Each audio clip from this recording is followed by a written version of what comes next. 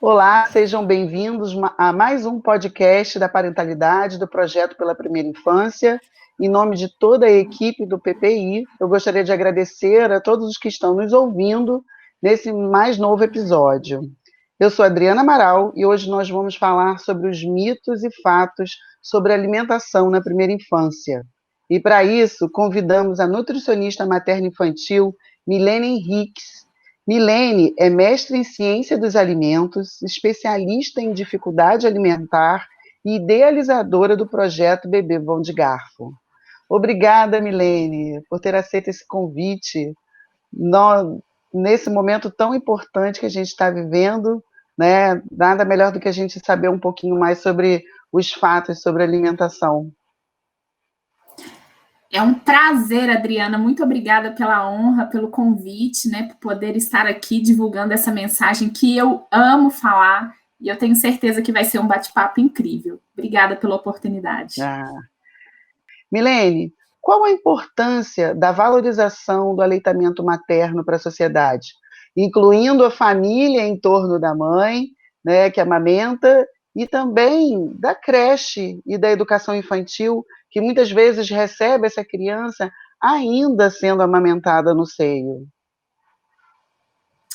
Essa é uma pergunta importante, porque quando a gente entende o quanto essa base, quando bem construída, ela pode determinar a relação de alimentos, a relação não só da alimentação dessa criança, mas a relação da saúde dela pelo resto da vida. O fato é que a gente ainda é culturalmente pouco disponível para dar apoio e suporte para essa mãe que amamenta. Amamentar não é fácil, a gente vê, né, uma romantização nos livros, na internet, a gente vai com muita expectativa, achando que vai ser algo inato, achando que vai ser algo muito seguindo o fluxo, né? Simplesmente vai nascer, vai mamar e tá tudo resolvido.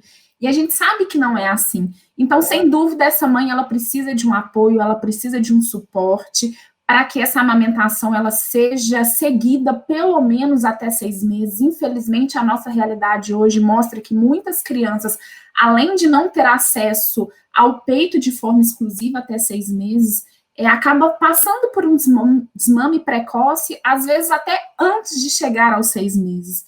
Isso é muito triste, porque quando essa criança ela tem acesso ao leite materno somente como, né, o leite materno como fonte de alimento, ela está recebendo o melhor alimento que ela pode ter, ela está se protegendo de alergias alimentares, ela está se munindo aí, construindo uma boa microbiota, né, que são os organismos que vivem lá no intestino, e garantindo que essa criança vai evitar doenças crônicas não transmissíveis lá na frente.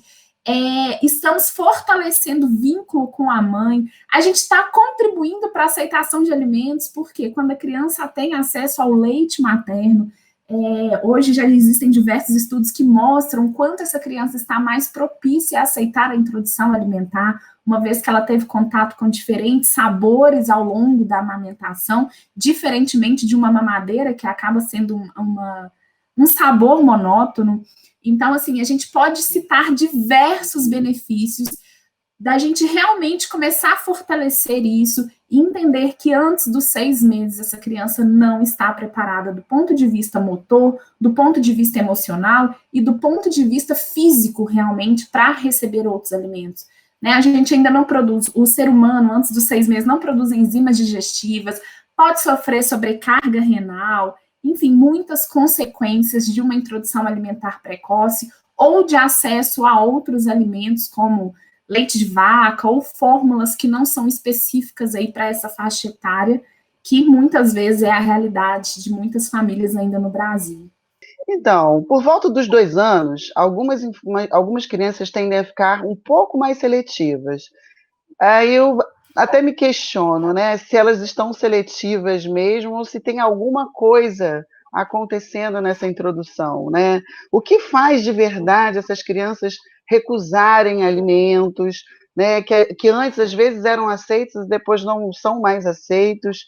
Será que você poderia explicar um pouco melhor para os nossos ouvintes, Milene, o que é esse ciclo da recusa alimentar que você tão bem descreve?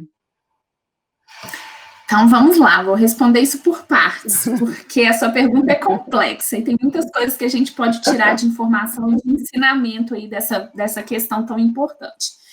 A primeira coisa toda criança ela vai passar por alteração na aceitação de alimentos ao longo da vida, especialmente nos primeiros anos. Isso pode ser influenciado por diversas questões.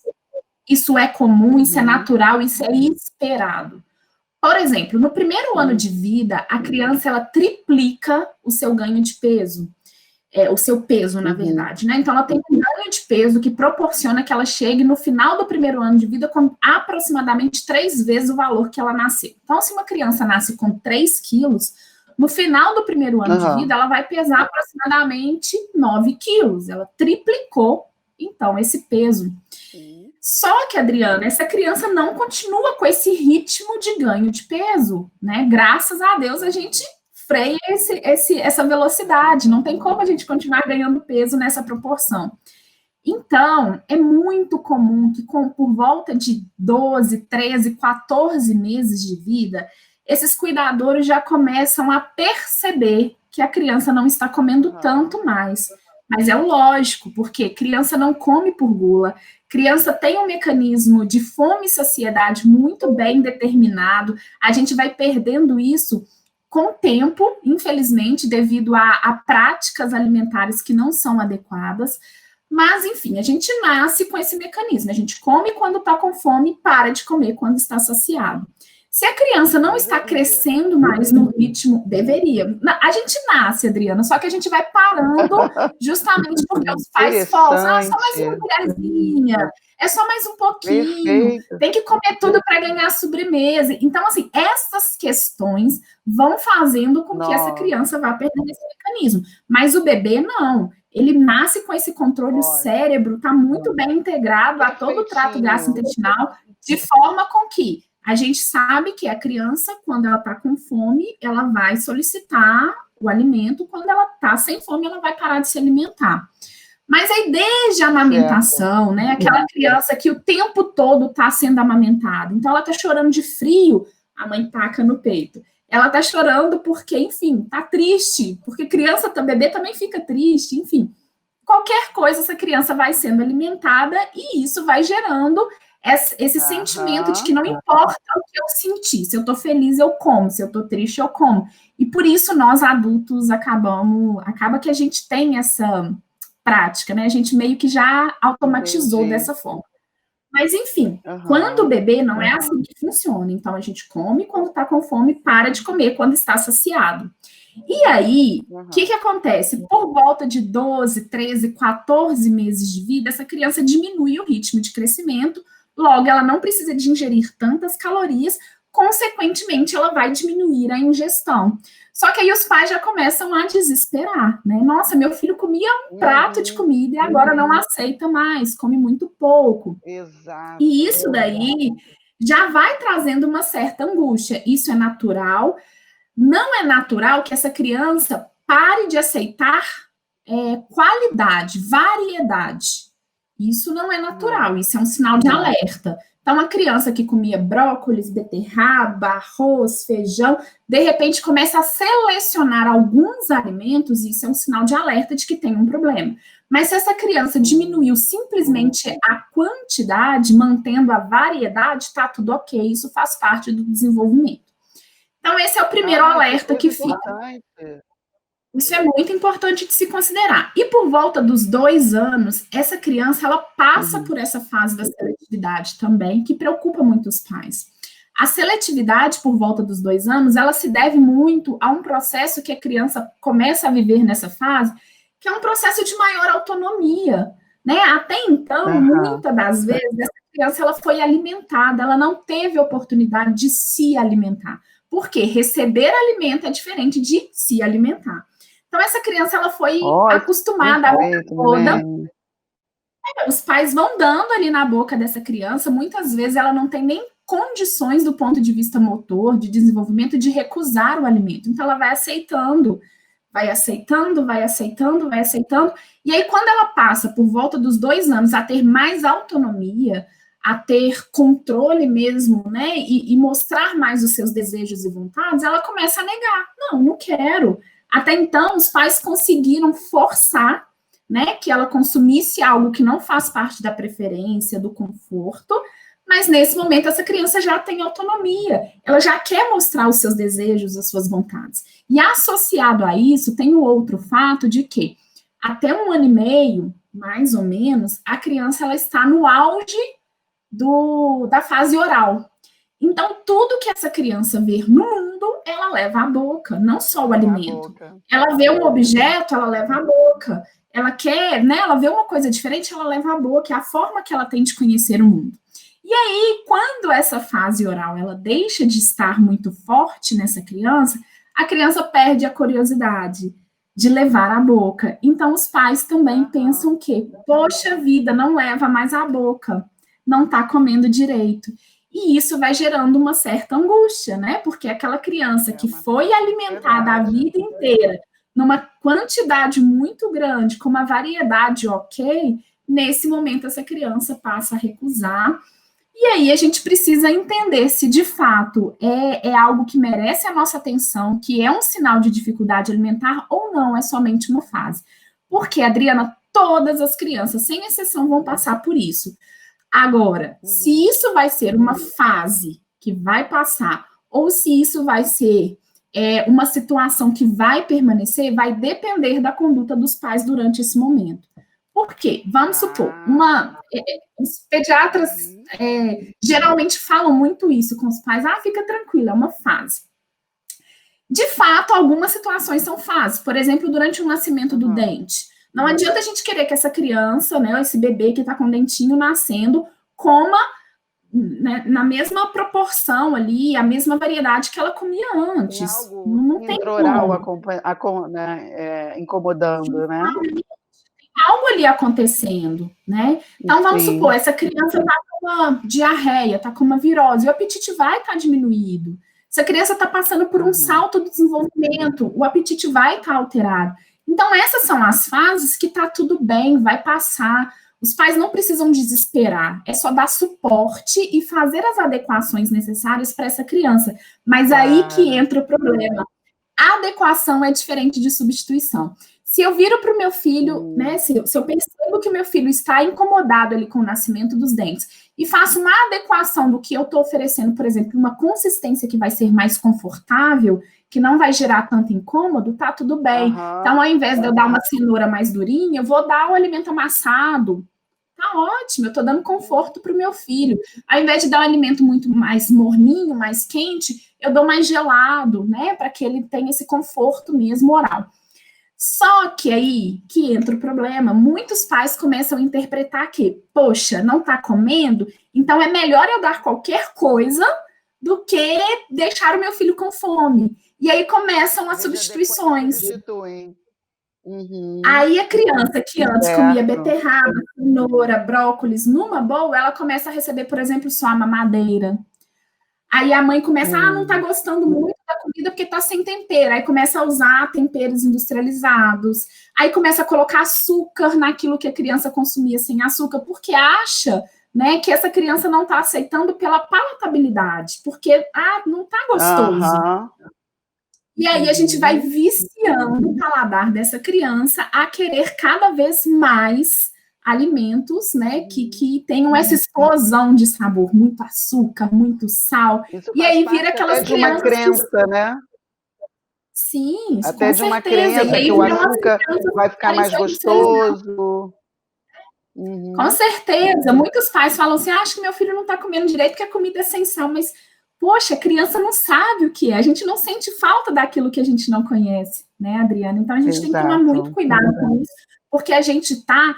É o que eu sempre falo, a gente está alfabetizando o paladar dessa criança. E aí cabe a nós alfabetizar da maneira correta, ou então a gente simplesmente querer ensinar aquilo que é errado. Né? E a gente sabe que consumir alimentos com açúcares adicionados, com sal, que tudo isso é um risco para a saúde. Então, para que a gente vai ensinar isso para essa criança? Né? Então, e assim como a alfabetização é um processo, né?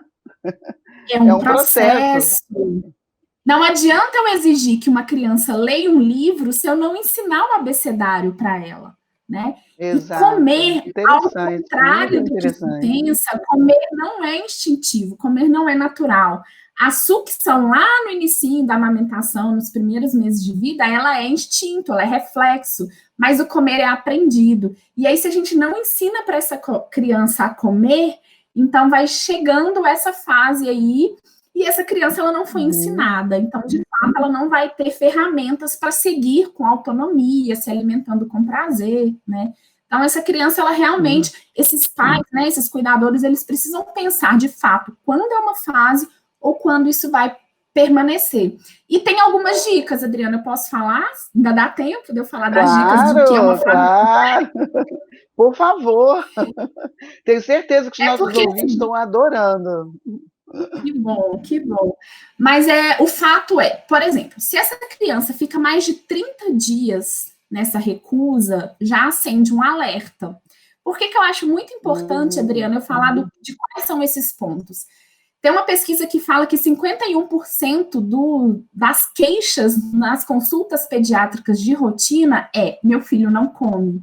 Mas desses 51%, quando a gente vai ver, 30% de fato trata-se de algum problema alimentar e o restante é uma percepção equivocada dos pais, né? Que os pais criam uma expectativa e não é bem assim. Às vezes cria a expectativa de que a criança vai comer um prato muito grande, ou às vezes cria a expectativa de que vai ser muito fácil, né? Porque a gente não se prepara para as dificuldades alimentares, né? A gente acha que a gente vai ter um filho que ele vai mamar, que ele vai comer, que ele vai crescer sem nenhum problema e que tá tudo certo.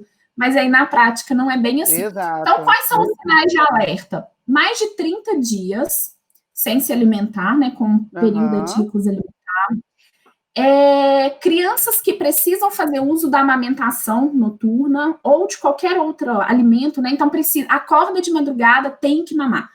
Isso daí fala assim, uma amamentação prolongada, seja ela leite materno ou leite artificial. Não existe na literatura um tempo X, então eu não posso falar assim a partir de 1 ano, a partir de 2 anos, não existe. Mas na minha prática, o que eu percebo é que crianças com mais de 1 ano que precisam se alimentar de madrugada, não dormem e precisam comer nesse período aí do dia, né, da noite no caso, são crianças potenciais a desenvolverem recusa alimentar, porque elas estão usando a madrugada para compensar a falta energética ao longo do dia.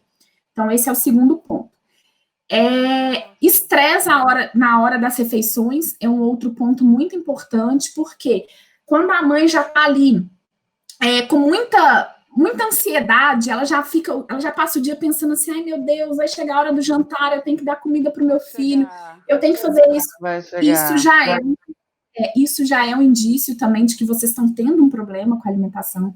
Crianças que recusam um grupo inteiro. Então, por exemplo, come de tudo, mas não come fruta. Isso é uma dificuldade alimentar. Crianças que comem de tudo, mas não comem uma característica. Por exemplo, come fruta, mas não come alimento verde. Isso é uma dificuldade alimentar. Crianças que não conseguem receber todo o aporte de energia por meio de via oral, só com alimento, e precisam de uma suplementação especial ou fazer uso de uma via alternativa, né, uma sonda, alguma coisa assim, ou uma mamadeira, né, a sonda seria um caso mais grave, mas a própria mamadeira poderia ser considerado um recurso. Crianças que precisam, mesmo depois de 1 ano de vida, crianças que precisam de adaptação da alimentação, porque a gente sabe que do ponto de vista de desenvolvimento neuromotor, a criança com 1 ano, ela tem aptidão para comer alimento da família. Se os pais ainda precisam preparar uma refeição diferente, tem que amassar, tem que ser só o caldinho, tem que ser... É um sinal de dificuldade alimentar. Crianças com mais de 2, a gente... né? Não pode minimizar esses sinais. É importante pescar esses sinais desde o início, que quanto antes a gente agir neles, melhor.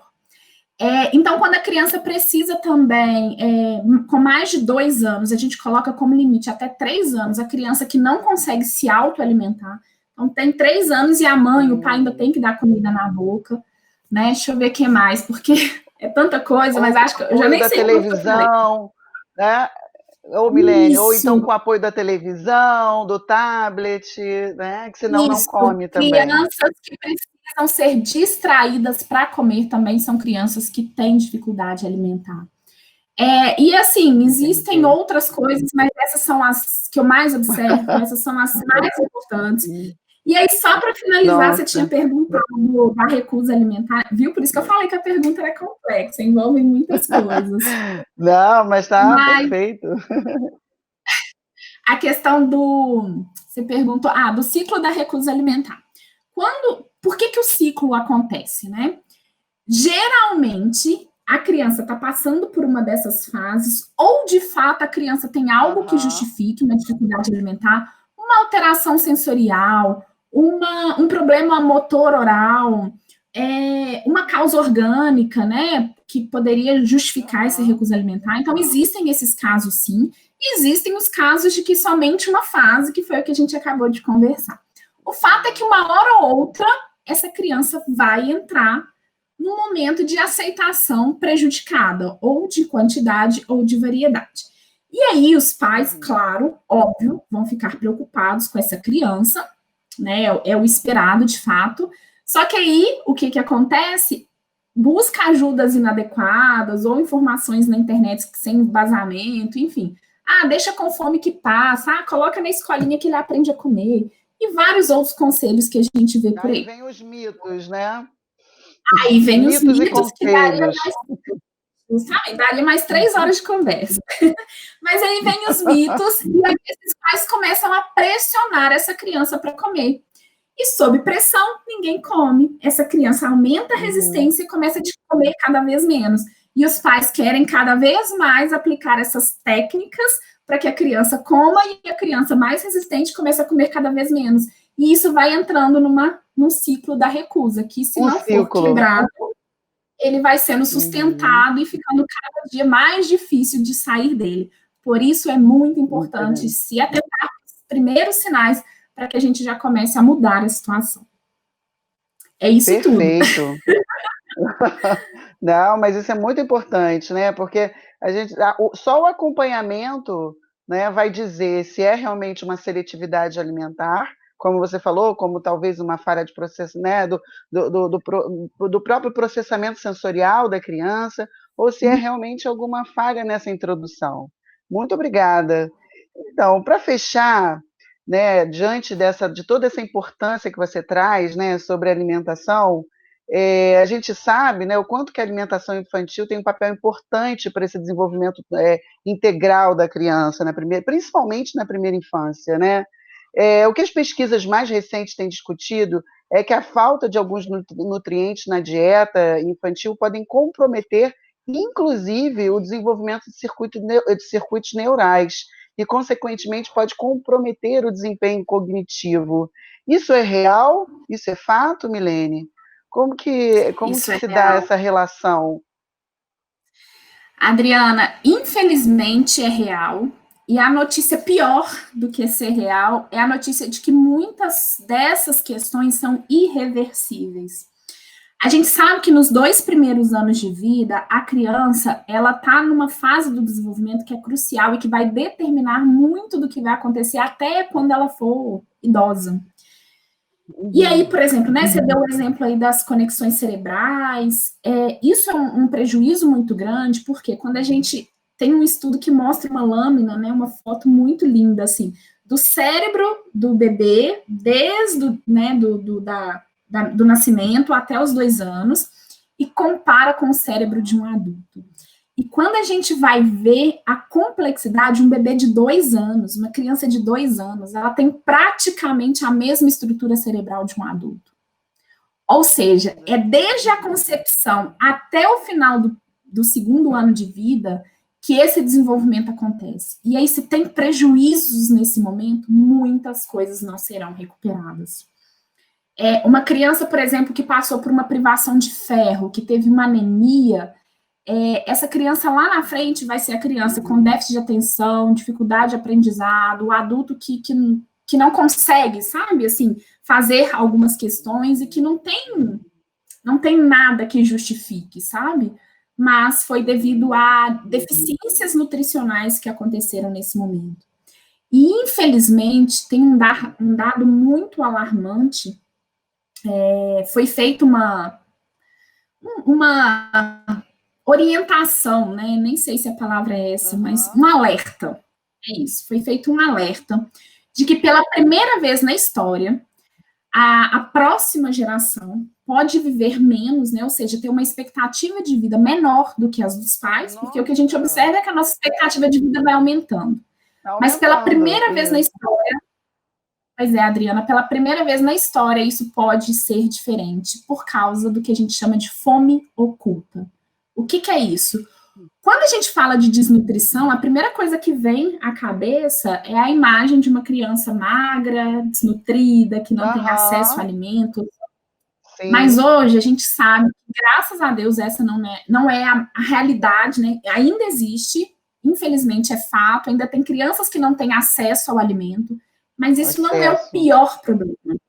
O pior problema não é a questão de acesso, e sim de qualidade do que está sendo oferecido. E aí essa criança, ela tem acesso ao alimento, ela mata a fome do corpo, a fome da barriga, mas ela não mata a fome das células, porque as células se alimentam de nutrientes. E se essa criança está tendo acesso a um alimento que tem caloria, mas não tem os nutrientes adequados, ela entra no que a gente chama de fome oculta. E segundo a Organização Mundial da Saúde, mais de 40% das crianças no mundo sofrem de fome oculta. Olha o quanto isso é grave. Nossa! Quanta coisa para se fazer pela infância, né, Milene?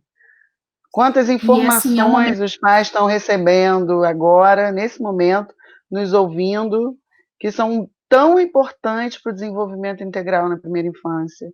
Quanto que o alimento, né, ele é construtor, pelo que você está contando para todos nós, né? Então, assim, criança gordinha, então, não é a mais saudável do que a magrinha. Não é essa a relação, né? Não é a quantidade. Isso caiu por terra, não é a quantidade. É muito importante que os pais entendam isso. Eu sei, é bonitinho, é fofinho, mas a gente não tem que buscar pela criança gordinha. Inclusive, a maioria dos pais se baseiam muito na curva de crescimento, né? Meu filho está abaixo do peso. Não, tá tudo bem, meu filho está dentro do peso adequado, mas isso não nos diz nada. Assim, nada não, claro, é importante, diz sim, mas com relação ao contexto que a gente está conversando aqui, isso é o que menos importa, né? Quando a criança está dentro do ganho de peso, ok, mas não necessariamente essa criança está saudável. Então, a gente precisa olhar muito além da balança. A gente precisa pensar muito além, sabe? Não é o peso que vai determinar a saúde, muito pelo contrário. Muitas vezes, a busca por esse peso, né? Porque aí os pais começam a criar estratégias para fazer com que essa criança esteja no peso adequado, e aí começa a dar fórmulas mais concentradas, alimentos com alta densidade energética, né? Que no pequeno volume tem muitas calorias, para que essa criança fique saudável, né, dentro do peso, mas isso é um risco muito grande, porque vai muito além do peso. A gente precisa pensar em nutrientes, a gente precisa pensar no que essa criança precisa consumir. Perfeito. Nosso tempo já está estourado, mas está tão gostoso essa conversa, que eu queria saber só mais uma coisa que é interessante, porque nos consultórios de fonoaudiologia é muito comum a busca por informações sobre seletividade alimentar e falhas de processamento.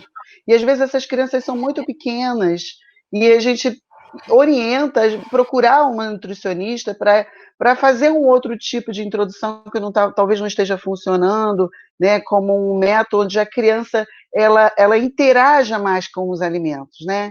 Então, assim, ela coloca a mãozinha, ela experimenta. Qual a importância desse sensorial, né, dessa criança participar ativamente dessa alimentação, usando as mãos? Você poderia rapidinho contar um pouquinho para os nossos ouvintes sobre os benefícios? Difícil é só falar rapidinho. Posso falar com todo prazer, difícil é só ser rápido. Mas vamos lá, então vou tentar ser bem rápida. O que acontece? Quanto mais sentidos forem usados para o aprendizado alimentar, mais fácil essa criança vai aprender. Quando a gente está sendo alfabetizado, pensa aí, a gente está aprendendo uma nova língua. Se a gente simplesmente escutar, eu escuto algumas coisas em inglês, eu não vou aprender. Eu tenho que escutar, eu tenho que falar, eu tenho que escrever, eu tenho que ver. Quanto mais sentidos a gente envolve, mais fácil é o aprendizado. E quando a gente está falando da alfabetização do paladar, é a mesma questão. Se essa criança simplesmente come, ela está usando o olfato e o paladar, ok.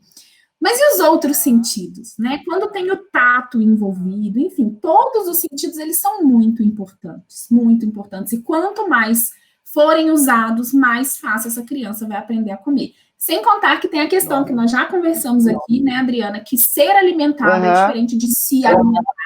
Quando a criança se alimenta, ela vai em busca do alimento, ela tem a oportunidade de pegar, de interagir, de cheirar, de lamber, de levar a boca, de se sujar. Que experiência.